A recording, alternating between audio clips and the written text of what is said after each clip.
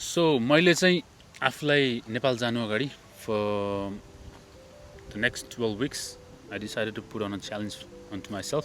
मेरो च्यालेन्जको लागि चाहिँ मैले 12वटा यस्तो रुलहरू बनाएको छु जुन चाहिँ म फलो गर्नेवाला छु, जसमा चाहिँ नम्बर 1मा पर्छ 15,000 steps every day for the next 12 weeks.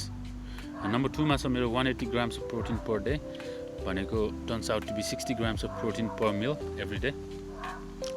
Goal चाहिँ मेरो 88 kgsबाट 72 kgsमा जानु हो, which 16 kgs of fat loss.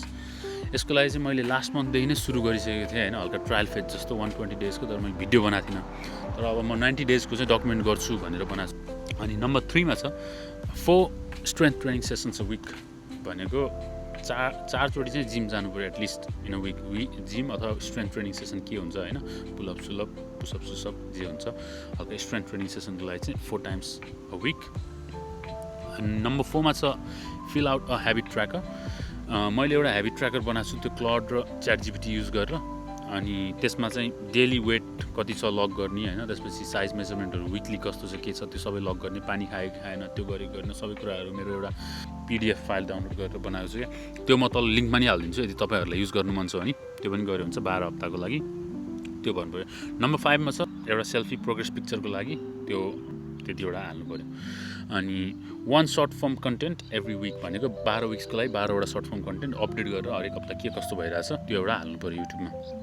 Number 7मा छ 2000 क्यालोरिज एभ्री डे एभरेज. अब मेरो अराउन्ड मेन्टेनेन्स क्यालोरिज भनेको चाहिँ 2400 जस्तो हो, 2200-2400. अनि मैले डेफिसिटमा जानलाई चाहिँ अराउन्ड एग्रेसिभ नभइकन जाँदा 2000 क्यालोरिज रफली दिनमा खानुपर्छ, जुन भनेको 14,000 क्यालोरिज एभ्री विक हो होइन. अब त्यो 14,000 एभ्री विक एभरेज हेर्न सजिलो हुन्छ, एभ्री डे 2000 ठ्याक्क अन पोइन्ट छ कि छैन भन्दा पनि. त्यही भएर 14,000 क्यालोरिज एभरेज पर विक है. अनि नम्बर 8मा छ 7 to 8 hours of sleep every day minimum sleep tracking. अनि यो सबै स्टेप्सहरू सबै काउन्ट गर्ने एउटा गुगल फिटबिट एयर भन्ने लिएको छु. यो चाहिँ सिम्पल लाउँदा सुत्नलाई पनि खासै अप्ठ्यारो नपर्ने खाले छ क्या, यस्तो हेर्नुभयो भने. त्यही भएर मैले यो लिएको सजिलो छ. अनि यसले स्लिप ट्र्याक गर्छ. 7 to 8 hours मिनिमम हुनु पऱ्यो एभ्री डे. नम्बर 9मा छ नो लिक्विड क्यालोरिज. अब लिक्विड क्यालोरिज खानु भएन, फ्रुट जुस होइन, अथवा केही हेल्दी भनेर स्मुदी अथवा कुनै सोडा कोक सोक होइन, केही पनि खानु भएन. यदि क्यालोरी छैन भने sparkling water, coke no sugar, यदि क्रेभिङ भयो भने त्यो खान मिल्यो.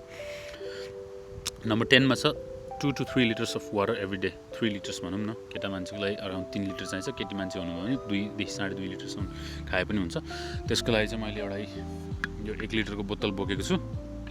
अनि एभ्री डे यसमा 3 चोटि भर्नु पऱ्यो. अब ग्लासमा खायो भने कति हो के हो थाहा हुन्न होइन, त्यही भएर मैले 1 लिटरको बोतल भयो भने ठ्याक्क 3 चोटि भर्यो भने द्याट्स इट. बिहानदेखि बेलुकासम्म त्यो 3 चोटि खायो पियो भनौँ न.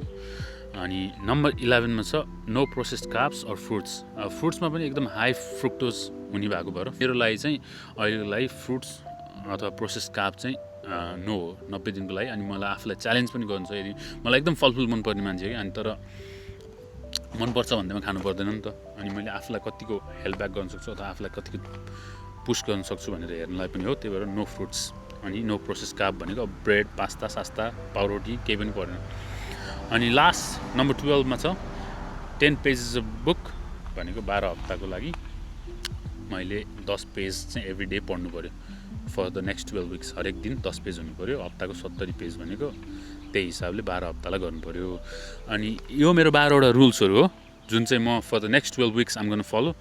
अब किनकि केही कुरा कन्ट्रोल गर्नु अथवा केही कुरालाई चाहिँ आफूले लिमिट राख्नु भनेको चाहिँ एउटा फर्म अफ डिसिप्लिन चाहिन्छ नि त. अनि त्यो डिसिप्लिन फर्म गर्नलाई चाहिँ मैले यो 12 weekको च्यालेन्ज लिइरहेको. र यदि यो भिडियो हेरेर 12 weeksमा म आफूलाई त एकाउन्टेबल हुन्छु अनि आफूलाई मोटिभेट पनि हुन्छ. तर कोही मान्छे, एउटा मात्र मान्छे पनि हजुरहरूले भिडियो हेरेर इन्सपायर हुनुभयो भने that is will do it for me है त. सो त्यही भएर stay healthy, stay fine, see you in the next one.